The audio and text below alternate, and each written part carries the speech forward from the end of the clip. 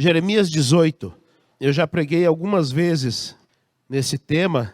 Uma dessas madrugadas que eu estava lá no sofá, essa palavra veio ao meu coração e eu vou estar compartilhando com vocês. Uma breve meditação apenas. O tema que eu coloquei é: nas mãos de Deus, ninguém se perde. Jeremias 18 diz assim: palavra do Senhor que veio a Jeremias dizendo: dispõe-te e desce à casa do oleiro, e lá ouvirás as minhas palavras. Desci à casa do oleiro, e eis que estava entregue a sua obra sobre as rodas. Como o vaso que o oleiro fazia de barro se lhe estragou na mão, tornou a fazer dele outro vaso, segundo lhe bem pareceu. Então veio a mim a palavra do Senhor: não poderei eu fazer de vós como fez este oleiro, ó casa de Israel, diz o Senhor. Eis que como o barro na mão do oleiro, assim sois vós na minha mão, ó casa de Israel. No momento em que eu falar acerca de uma nação ou de um reino para o arrancar, derribar e destruir, se a tal nação se converter da maldade contra a qual eu falei, também eu me arrependerei do mal que pensava fazer-lhe. E no momento em que eu falar acerca de uma nação ou de um reino para edificar e plantar, se ele fizer o que é mal perante mim, e não der ouvidos à minha voz, então me arrependerei do bem que houvera lhe faria. Aqui Jeremias está falando o seu 8º discurso para a nação de Israel. E ele conta a parábola para ilustrar que Deus era o oleiro que poderia remoldar o seu povo perdido. O povo havia se perdido nos seus delitos e pecados, e o pecado danificou toda uma nação. Há muitos que se apegam a promessas de Deus e na sua fidelidade, esperando que Deus cumpra as promessas que lhe fez, independente do seu modo de viver. Isso não é correto. E era isso talvez que estivesse na mente da nação de Israel. Porque eles eram o povo prometido, eles pensavam que poderia fazer o que fizesse, que Deus os guardaria de todo mal. Mas essa ideia não é só lá no passado, não. Essa ideia ainda existe hoje. Porque tem pessoas, tem pregadores que falam assim. Que a promessa que Deus faz, Ele cumpre, tal, independente do meu posicionamento. E biblicamente nunca foi assim. O próprio profeta diz aqui, a partir do verso 7, né? No momento em que eu falar acerca de uma nação, ou de um reino para arrancar, derribar, destruir, se a tal nação se converter da maldade contra a qual falei, também me arrependerei do mal que pensava em fazer. Então é importante que nós não venhamos a cair no conto do vigário, né? Achando que Deus cumpre suas promessas independente do meu posicionamento. Deus já avisou lá atrás que as promessas só se cumprem para aqueles que permanecem fiéis. Ele avisou e continua avisando que Ele cumpre sim suas promessas, mas para aqueles que permanecem fiéis. Então, o que Deus espera do seu povo? Primeiro, Deus espera submissão do seu povo.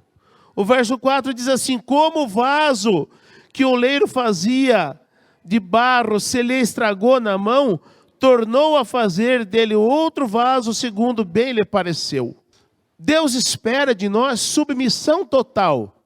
O vaso que estava sendo feito era de barro. Não estava ainda terminado. Enquanto ele estava fazendo, aconteceu algum problema e o vaso se quebrou. Mas estava ainda na roda, estava ainda sendo edificado e o vaso ainda se tornou fazer outro vaso, segundo bem lhe pareceu. É importante nós entender esse posicionamento que Deus requer de nós, que é a submissão total. A nossa submissão a Deus não deve ser parcial. Eu me submeto enquanto eu acho que está certo. Eu me submeto enquanto eu penso assim. Eu me submeto porque eu acho isso. Não. A submissão a Deus, ou ela é total, ou ela não existe. Deus espera do seu povo a submissão. O barro nas mãos do oleiro, ele toma exatamente a forma que o oleiro quer, não que o vaso quer. E nós muitas vezes não temos essa noção. Nós achamos que nós já somos vaso, né? E precioso ainda. Irmãos, nas mãos de Deus, nós somos apenas barro. Ele faz o vaso que Ele quiser, a partir da sua própria vontade. Cabe a nós apenas a submissão. Deus espera de nós santificação. Hebreus 12 diz que sem a santificação ninguém verá o Senhor. Mas olha o que diz o verso 6.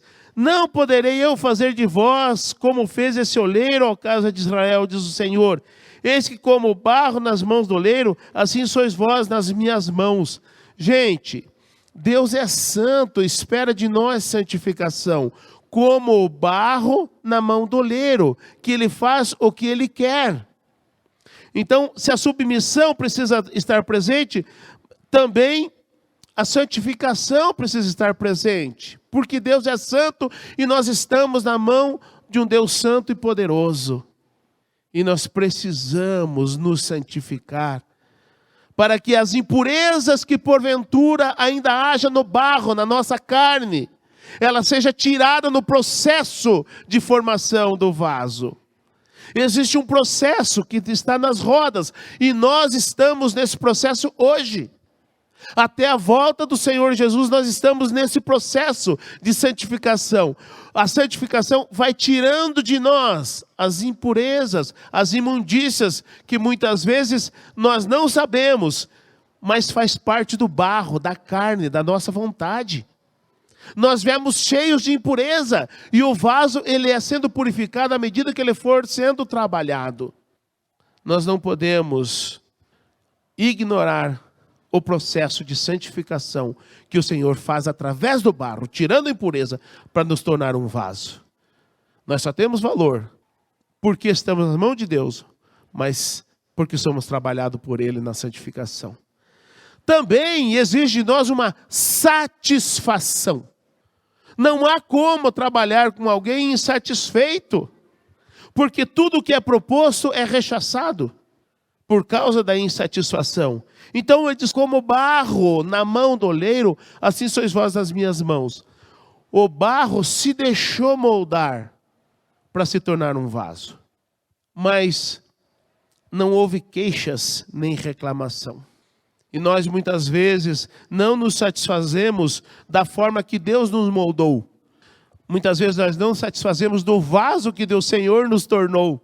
Gente, glorifique a Deus, salte de alegria. Se você está sendo usado para alguma coisa, salte de alegria. Esses dias eu não lembro, eu conversei com alguém, é muita gente que eu converso, mas eu conversei com alguém sobre o que nós fazemos. Porque muitas vezes a noção que nós temos é que o trabalho para Deus é só aqui na igreja. É se eu prego, é se eu canto, é se eu toco, é se eu faço isso e aquilo. Muitas pessoas têm essa noção. Não, gente. O trabalho para Deus abrange muito mais. O trabalho para Deus é o meu testemunho lá no meu trabalho. O trabalho para Deus é a evangelização que eu faço lá na rua. Eu com o Fernando estávamos em Campinas e nós pegamos um Uber lá. E eu estava doido para evangelizar o rapaz. Porque eu vi, era terço para tudo que é lado, era imagem para tudo que é lado. E eu estava doido para evangelizar o rapaz e não se abrir uma porta. Aí eu falei para ele, eu vejo que o senhor é um homem de fé, né? E aí eu soltei essa para ver se ele abria alguma coisa, pois ele não abriu, abençoado. Mas eu estava tentando uma maneira de evangelizar. Pena que o trajeto era muito curto. Era só um pedacinho lá, né? Mas eu estava querendo evangelizar. Esse é um trabalho que eu faço, tanto faz aqui ou lá no Uber. O trabalho para Deus não é só aqui, gente. O trabalho para Deus é aonde eu estiver. Aonde eu estiver, eu estou trabalhando para Deus. É o meu testemunho, é o que eu falo, é o que eu faço, é o que eu sou. É isso que é trabalho para Deus. Não é só que cantar, louvar, orar, limpar a igreja. Não é só isso. Isso é também. Mas não é só isso. Então nós precisamos ter a consciência que Deus quer de nós uma satisfação do que Ele nos tornou. Nós não éramos nada, gente. Nós éramos um lamaçal de pecado. Ele pegou nós e moldou, e eu preciso viver satisfeito com a minha caminhada com Cristo. Eu não posso querer achar que eu mereço mais alguma coisa. Não, gente. Ninguém de nós é merecedor de nada. Nós só somos alguma coisa pela misericórdia de Deus. Então se satisfaça no que Deus te colocou para fazer. Se é evangelizar sua família, evangelize a sua família. Se é cuidar de enfermo, cuide de enfermo. Se é visitação, visite. Se é pregar, pregue. Se é orar, ore. Se é interceder, interceda. Mas se satisfaça naquilo que Deus te colocou. Porque foi Deus que te colocou e Deus requer de você satisfação. O vaso, ele que não se satisfaz com a forma que Deus lhe deu, ele quer brilhar mais do que a flor que enfeita o vaso. Quando a gente olha de lado, né, olhando aqui, a primeira coisa que a gente olha é a flor.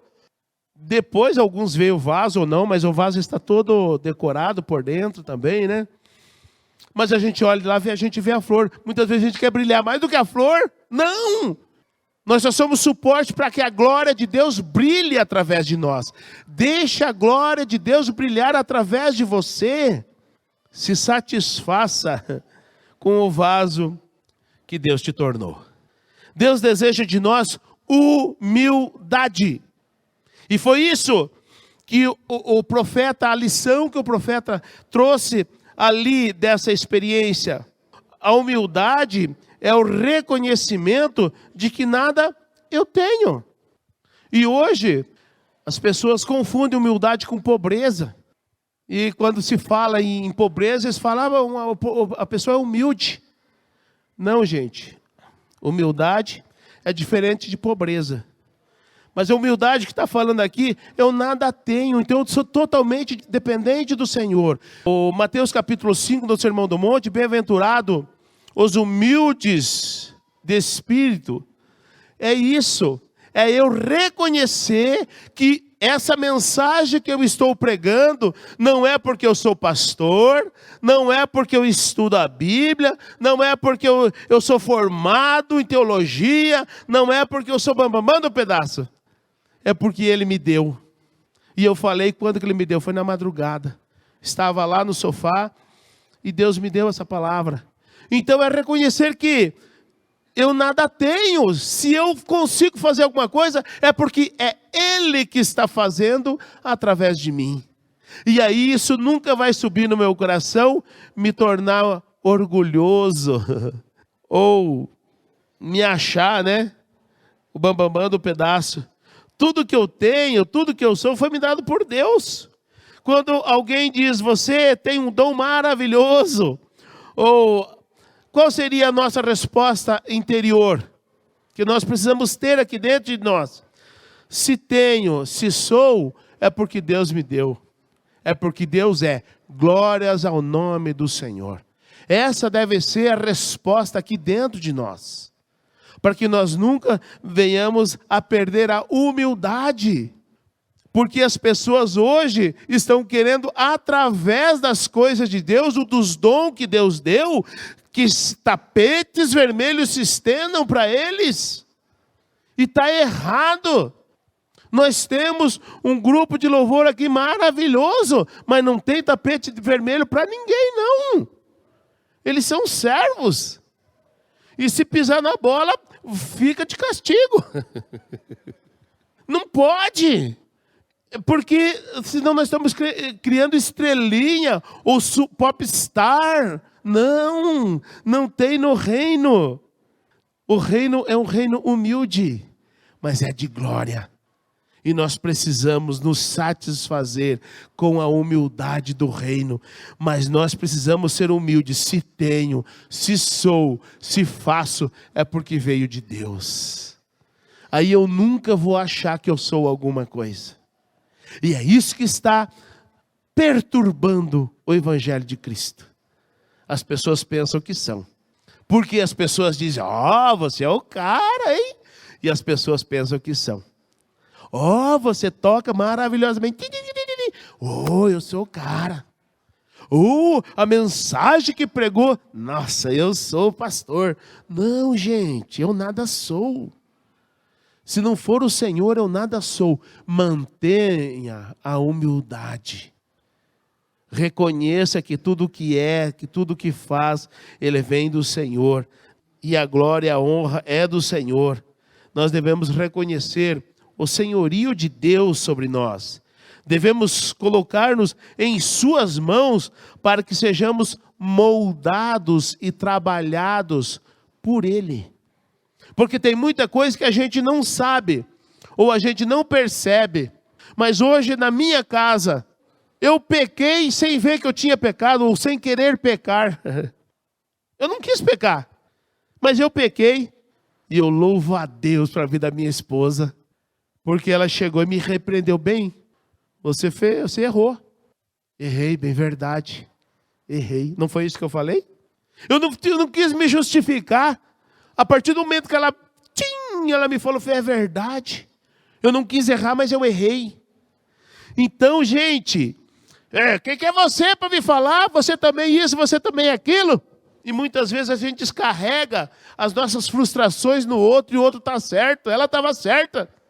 O que eu tinha para dizer? Nada. Verdade, bem, eu errei. Então nós precisamos ser humildes para acatar correção, que muitas vezes a correção não vem só Deus abrir o céu e falar, meu filho, você errou. Não é assim, às vezes é do teu filho, às vezes é tua esposa, às vezes é teu marido, é aquele que está do teu lado. Ele vai dizer, você errou. E qual que é o nosso posicionamento? Verdade, eu errei, me perdoe. Humildade. Humildade nunca sobe para a cabeça quando nós temos humildade no nosso coração. Mas se não tivermos humildade no nosso coração, as nossas respostas serão outras.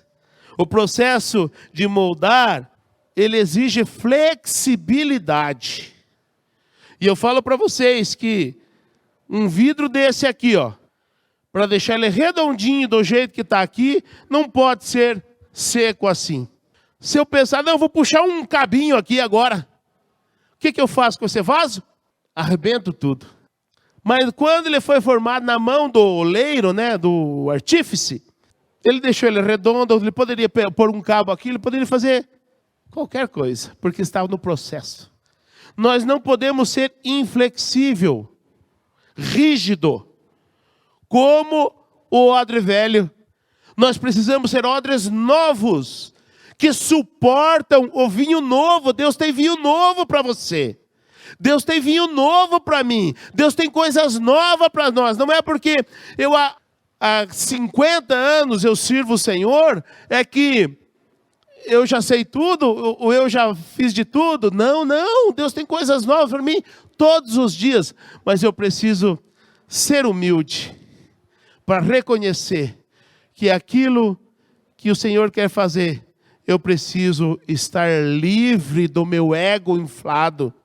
Que muitas vezes Deus usa a minha esposa como hoje, mas muitas vezes Deus usa a palavra como está usando hoje, mas às vezes Ele usa um passarinho, às vezes Ele usa o Zé da esquina para trabalhar conosco, para mostrar os nossos erros, que nós não estamos maleáveis para mudar o nosso coração. E nós precisamos ser humildes para reconhecer, eu errei. Então esse processo, ele requer de nós flexibilidade, porque enrijecidos, nós não mudamos nada, nós só estragamos aquilo que Deus quer colocar na nossa vida, para que seja útil na sua obra. Deus também requer de nós quebrantamento. Hoje está difícil de ver quebrantamento. E o que é o quebrantamento? Quebrantamento é o reconhecimento que eu nada sou. E aí nós chegamos diante do Senhor. Fala, Senhor, eu preciso do Senhor. Eu preciso mais de Ti. E eu começo a me derramar, porque eu nada sou, Senhor. Eu senti, eu não sou capaz de dirigir essa igreja. Eu senti, eu não sou capaz de ministrar a palavra. Eu senti, eu não sou capaz de compreender o que está escrito aqui. Eu nada sou, Senhor. Paulo disse que considerava tudo o que ele tinha, tudo o que ele era como esterco. E nós muitas vezes pegamos esse esterco que nós tínhamos e trazemos novamente à nossa frente. Não, porque eu sou isso. Eu sou aquele outro. Sabe quem que é o pastor aqui? Sou eu. Sabe onde que me formei? Em faculdade tal. E começa a rotar coisas que não tem nada a ver. Não, gente. Deus requer de nós quebrantamento. Que nós nos prostremos diante dEle. Nós ajoelhamos e dizemos, Senhor, eu preciso do Senhor. Molda em mim o que o Senhor quer, faça de novo. Se estou quebrado, o Senhor tem o poder de fazer de novo, mas eu quero estar nas tuas mãos. Porque muitas vezes nós não queremos estar nas mãos de Deus, porque muitas vezes Ele amassa o barro, muitas vezes Ele arranca a pedrinha, o pedaço de madeira que está no barro Ele arranca. E muitas vezes nós amamos essas pedrinhas, esses pedaços de madeira que está junto com o barro, né? E não queremos que tire, não. Nós precisamos de quebrantamento. Senhor, tira de mim aquilo que me afasta de Ti. Você já não se apegou em algumas coisas que te afastou de Deus? Muitas vezes. Muitas vezes nós não estamos dispostos a deixar que Deus tire de nós aquilo que nos afasta dele, porque nós não estamos mais quebrantados, nós pensamos que já somos alguma coisa, e muitas vezes não somos nada. Não é muitas vezes, nós não somos nada, nós só somos porque o Senhor é em nós. Se o vaso que me tornei, é porque Ele me tornou, então eu devo tudo a Ele. Então eu me rendo aos seus pés e devo ao Senhor muito obrigado, porque o Senhor me fez assim. Gente, muitas vezes eu estou sozinho na estrada e tenho alguns encontros com Deus maravilhosos, que às vezes eu vou a estrada inteira ali quebrantado diante do Senhor, reconhecendo a grandeza do Senhor, às vezes por coisas que vocês nem imaginam. Às vezes eu peço perdão de coisas que vocês nem imaginam, coisas que você vai olhar, mas isso aqui é pecado? No meu coração está dizendo, está errado. Então eu peço perdão de coisas que, se for olhar assim, mas isso aí não precisa. Precisa sim. Porque eu preciso manter o meu estado de quebrantamento sempre o mais alto possível, o mais próximo de Deus possível. Porque senão vem a dureza de coração e nem os pecados mais grotescos que nós cometemos faz com que eu me arrependa. Então nós precisamos de quebrantamento. E foi isso que aconteceu aqui com o vaso e o oleiro e o profeta. Nós precisamos que a glória de Deus brilhe em nós. Nós precisamos da glória de Deus em nossas vidas. Nós precisamos transferir toda a honra e toda a glória para Ele. Não devemos querer ficar com um pouquinho da glória, um pouquinho da honra. Não. Toda a honra e toda a glória é somente dele. Nós não podemos desejar aquilo que é somente de Deus. O quebrantamento, ele não deseja a honra nem a glória. Sabe o que o quebrantamento deseja? Intimidade. É isso. Quando quer saber se você está vivendo um quebrantamento na tua vida, vê se você quer orar mais. Vê se você quer louvar mais. Vê se você quer estudar mais a Bíblia. Vê se você quer falar mais de Deus. Então aí você, não, eu estou vivendo um quebrantamento da minha vida. Que é daí que vem o avivamento. E o profeta Amós diz, aviva, Senhor, a tua obra no decorrer dos dias. Nós estamos precisando viver um avivamento aqui dentro de mim, para que a igreja seja contagiada. Avivamento não é de fora para dentro, é de dentro para fora. Começa em mim, começa em você. Então, deixa Deus trabalhar no quebrantamento. Reconheça que você nada é, que você nada tem, que tudo o que você que tudo que você faz, você depende de Deus. Porque o orgulho e a arrogância impedem o quebrantamento e o crescimento da nossa vida. E não vem assim o avivamento que Deus tem preparado para nós. Se alguma coisa dessa faz parte da tua vida, deixe hoje, deixe agora. E se entregue para o Senhor, deixe o Senhor te moldar, deixe Ele te fazer de novo. Porque Deus pode fazer de novo aquilo que se quebrou. Porque muitas vezes a nossa vida se quebrou lá atrás. E às vezes nós estamos até hoje tentando recomeçar, estamos até hoje tentando mudar. Mas nós não abrimos a nossa vida para que o Senhor mude. É Ele que nos muda. Eu preciso só me entregar e deixar com que Ele faça a obra. Livre de arrogância, livre de orgulho. Não tenha vergonha de pedir perdão. Não tenha vergonha de se ajoelhar e chorar na presença de Deus. Não tenha vergonha do que o irmão vai pensar de você. Não tenha vergonha dessas coisas. O que importa é você e Deus. É só isso que importa. O restante não tem valor. Deixa o oleiro moldar o vaso de novo. Como o vaso nas mãos do oleiro, assim sois vós na minha mão, diz o Senhor. Da mão do oleiro, ninguém escapa. Se estiver nas mãos do oleiro, ninguém se perde. Então esteja nas mãos do oleiro. Seja o vaso que Deus quer que você seja. Deixe Ele moldar esse barro. Deixe Ele moldar esse barro. Deixe Ele moldar esse teu coração. E seja um vaso nas mãos do oleiro. No nome do Senhor.